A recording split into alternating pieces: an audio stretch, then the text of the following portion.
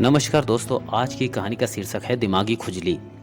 महाराज कृष्णदेव राय का स्वभाव ही ऐसा था कि वह छोटे बड़े हर त्योहार को बड़ी ही धूमधाम से मनाते थे। इस बार भी दशहरे के त्योहार पर उन्होंने एक भव्य आयोजन का ऐलान कर दिया। ऐसे अवसरों पर विद्वानों व कलाकारों को न केवल सम्मानित किया जाता था बल्कि उपहार भी दिए जाते थे। दशहरे के अवसर पर दरबार में शास्त्रार्थ का भी आयोजन होता था। इस बार महाराज और राजकुमारी मोहनांगी ने भारत के सुप्रसिद्ध विद्वान बल्लभाचार्य को अपने राज्य के विद्वानों से शास्त्रार्थ करने के लिए आमंत्रित किया। विजयनगर में तो राजगुरु से बढ़कर कोई विद्वान ही नहीं था और ना ही राजगुरु अपने से बढ़कर किसी को समझते थे।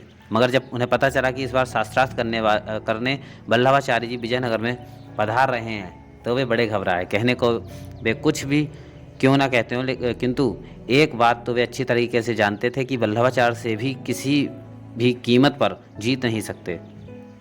राजगुरु ने अपना यह डर अपने परम मित्र रंगाचारी के सामने प्रकट कर दिया। बोले, मित्र, मुझे तो आभास होता है कि यह राजकुमारी मोहनांगी की चाल है। वह इस प्रकार मुझे भरे दरबार में नीचा दिखलाना चाहती हैं। लगता है वह तेनालीराम के बहकावे में आकर ऐसा कर रही हैं। जरा तुम स्वयं ही सोचो मित्र, कहाँ बल्लभाचार्य जैसा विद्वान और कहाँ मैं।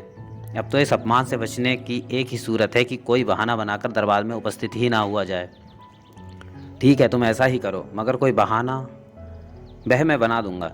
तुम घर पर आराम करना, बाकी राज दरबार की स्थिति में संभाल लूंगा। मगर उस शैतानी तेनालीराम को कैसे संभालोगे? चिंतित होकर राजगुरु ने कहा, वह तो सब गुड़ गोबर कर देगा। तुम चिंता मत करो, मैं उसे भी ऐसा सबक सिखाऊंगा कि जीवन भर याद रखेगा।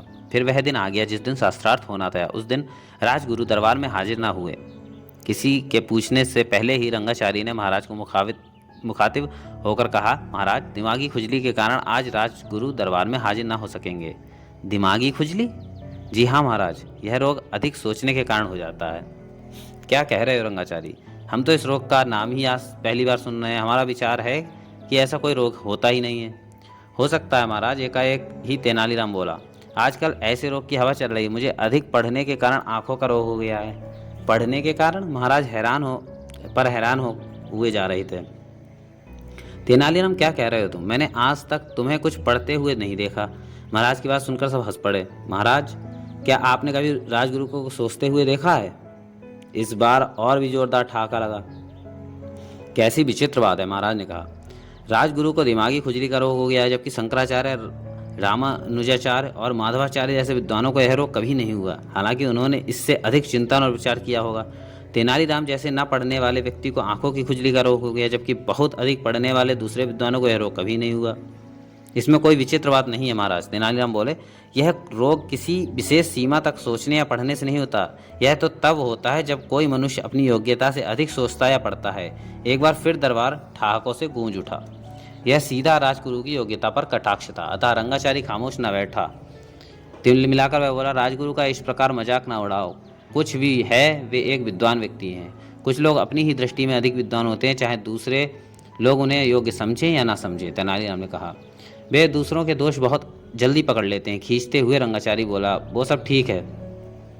तेनालीराम ने फिर नमक छिड़का, लेकिन बेचारे राजगुरु को अपने दोषों का बिल्कुल ज्ञान नहीं है। मैं उनका बहुत सम्मान करता हूँ, करना ही चाहिए। जैसा को तैसा मिले, कर कर लंबा हाथ। उनका हर जगह तुमसे पहले सम्मान होता है। इससे स्पष्ट है कि उनका दर्जा तुमसे कहीं ऊपर है। रंगाचारी को उम्मीद थी कि इससे आगे तेनालीराम कुछ नहीं बोलेगा, मगर तेनालीराम भला कहाँ चूकने वाला था। वह तपाक से बोला, यह भी आपने खूब कहा। हम अपना मुंह हाथ धोने से पहले हाथ पांव धोते हैं, तो क्या इससे हाथ पांव का दर्जा मुंह से बड़ा हो गया? दरबार में एक बार फिर ठहाके गूंजे। रंगाचारी समझ गया कि तेनालीराम से जीतना मुश्किल है, था वह खामोश बैठा, मन ही मन कुढ़ता रहा।